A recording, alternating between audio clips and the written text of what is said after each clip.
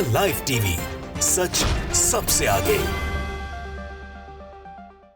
Israel फिलिस्तीन का युद्ध जो है वो इस बार बड़ा भारी पड़ा है इजराइल के लिए, और हमेशा कहता हूं कि बहुत नुकसान तुलनात्मक देखेंगे तो इजराइल का नहीं हुआ। इजराइल ने जो तबाही मचाई है गाज़ा में वो तो इतिहास के पन्नों में काले अक्षरों के अंदर और इतिहास में अमानवीय कृत्यों के नाम पे दर्ज हो जाएगा।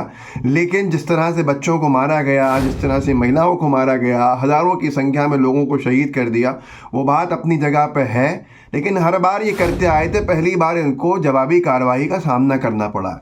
अब फिर से रेड सी, जिसको लाल सागर कहते हैं हिंदी में, रेड सी में एक सबसे बड़ा हमला हौती बागी जो हैं यमन के, उनकी तरफ से किया गया है। इजराइल की समर्थक जहाज़ को निशाना बनाया गया है, जिससे पूरे देश में जियोपॉलिटिकल सर्कल्स के अंदर एक हंगामा सा खड़ा हुआ।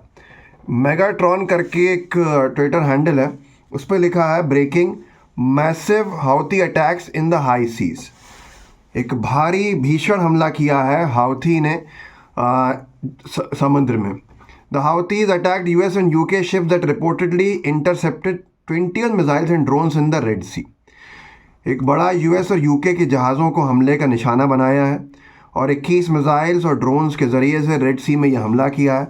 यूएस सेंट्रल कमांड ने यह कहा है कि उन्होंने 18 ड्रोन्स को कन्फ्रंट किया है, 2 क्रूज़ मिसाइल्स को रोका है और एक बैलिस्टिक मिसाइल को रेड सी में झेला है सामने। ये अभी तक का सबसे बड़ा हमला है यमन का, जो इजराइल के समर्थन में इजराइल के लिए सामान ले जाने वाले जहाज़ों पर है।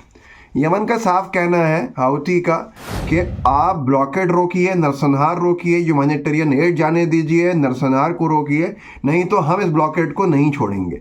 पूरी तरह से रेड सी के ऊपर जो कब्ज़ा किया हुआ है, रेड सी पे जो ब्लॉकेड किया हुआ है, उससे इजराइल के बहुत सी चीज़ें इजराइल तक नहीं पहुंच पा रही हैं, कम से कम एक तरफ से। मैं आपको बहुत सी चीज़ें इसमें से दिखाता हूं जिससे आपको समझ में आएगा।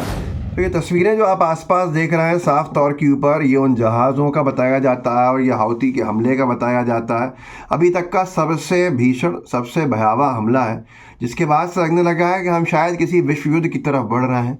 और विश्व युद्ध में क्या हालात बनने वाले हैं, इसका अंदाज़ा वो लोग लगा सकते हैं जो वॉर एनालिस्ट हैं। इजराइल को कहीं ना कहीं नुकसान उठाना पड़ रहा है इस युद्ध का, जिसकी वजह से नेतन्याहू का विरोध अंदर ही अंदर हो रहा है। इजराइल के जो हदें हैं, जो इजराइल का देश है, इजराइल के देश के लोग हैं, जो नागरिक हैं, वो कहीं ना कहीं नाराज़ हैं इजराइल की सरकार से। इजराइल की सरकार का गुस्सा सेना के अधिकारियों पर निकल रहा है, जो अभी तक कोई भी गोल अचीव नहीं कर पाई हैं। सेना, जो कहना है मंत्रियों का, जिसके बाद एक झड़प भी हुई है, आपसी बहसबाजी भी हुई, जो इजराइल डिफेंस फोर्सेस के बड़े बड़े जनरल्स निकल के चले गए उस पूरे के पूरे वॉर काउंसिल की बैठक है मंत्रियों के सामने से। तो ये सारी चीज़ें हैं, लेकिन ये जो हमला किया है, इससे साफ संदेश है कि ये हमले अब और बढ़ते जा रहे हैं और इजराइल के लिए भी एक ख़तरा 3 तरफ से बना हुआ। RT उर्दू ने लिखा है कि यमन के हौतियों का कहना है कि उन्होंने बहरा अहमर, मतलब रेड सी में इजराइल को मदद करने वाली अमरीकी जहाज़ को बैलिस्टिक मिसाइलों और ड्रोन से निशाना बनाया है। यही चीज़ अमेरिका का जो वो है यूएस सेंट्रल कमांड, वो भी कह रहा है कि 2 क्रूज़ मिसाइल्स, एक बैलिस्टिक मिसाइल को हमने हमारे सामने कन्फ्रंट किया है। तो ये सारी चीज़ें जो तार जोड़ते हैं, और तार ऐसे जोड़ रहे हैं कि इजराइल को ग्राउंड इन्वेजन में नुकसान हो ही रहा है। जब वहाँ सैनिक मर रहे हैं इजराइल के, जो तुलना में कम मर रहे हैं, वो तो बहुत सारे बच्चों को और नागरिकों को मारने का काम कर चुके हैं गाज़ा में, और कर भी रहे हैं, जिसका कोई उफ करने वाला नहीं है। लेकिन इजराइल के सैनिक भी जो अब गाज़ा पट्टी में ग्राउंड इन्वेजन में फंसे हैं, उनको भी मौत का सामना करना पड़ रहा है। और कहीं ना कहीं इसका विरोध जो इजराइल के खुद के देश में हो रहा है।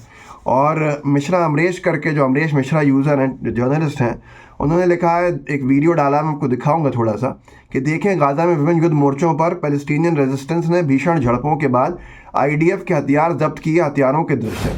फ़िलिस्तीन की तरफ से अल-क़स्साम ब्रिगेड ने एक वीडियो जारी किया है कि कैसे उन्होंने इजराइल के सैनिकों से हथियार जब्त करके अपने इस्तेमाल में लेने के लिए छीने हैं।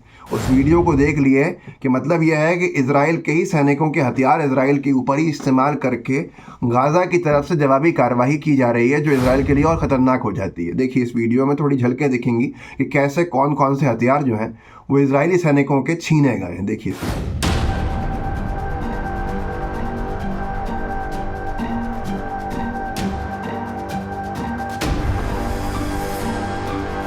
तो ये हाल है। इस हाल के बाद बहुत कुछ बदल रहा है, जियोपॉलिटिकल सिनारियो जो है वो बदलता जा रहा है, परिवर्तित हो रहा है। इजराइल को, उसके अलाइज को पहली बार कुछ भारी पड़ा है, जिसकी वजह से वो और भयावह हमले कर रहा है। कितने ज़्यादा आम नागरिक मारे जा चुके हैं ये आपके सामने है। मुझे तो लगता है पिछले 40-50 सालों के इतिहास में इतने ज़्यादा आम नागरिक किसी भी देश ने नहीं मारे होंगे अपने शत्रु देश के।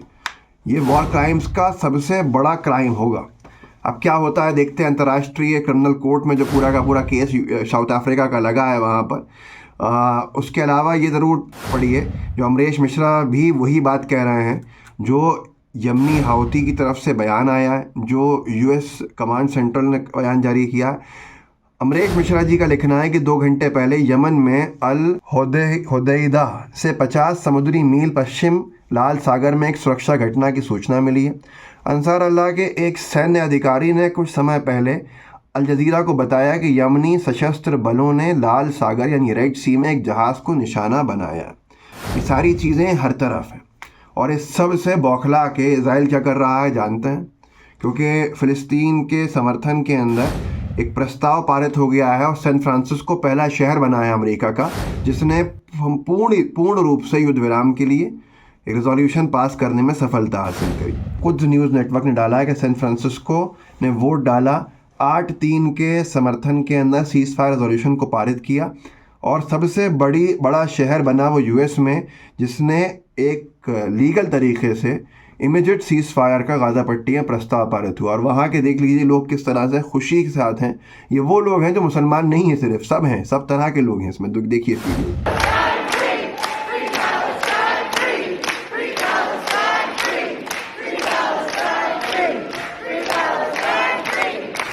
तो ये हाल है। इसके बाद इज़राइल की बौखलाहट इतनी है कि इज़राइल का कोई एमपी है निस्सिम वटूरी, आतंकी सोच है इसकी कि ये फिर से गाज़ा को जलाने की बात कर रहा है। पैलेस्टीन ऑनलाइन ने इसको डाला है कि इज़राइल सेम के Nissim Vaturi calls again to burn Gaza.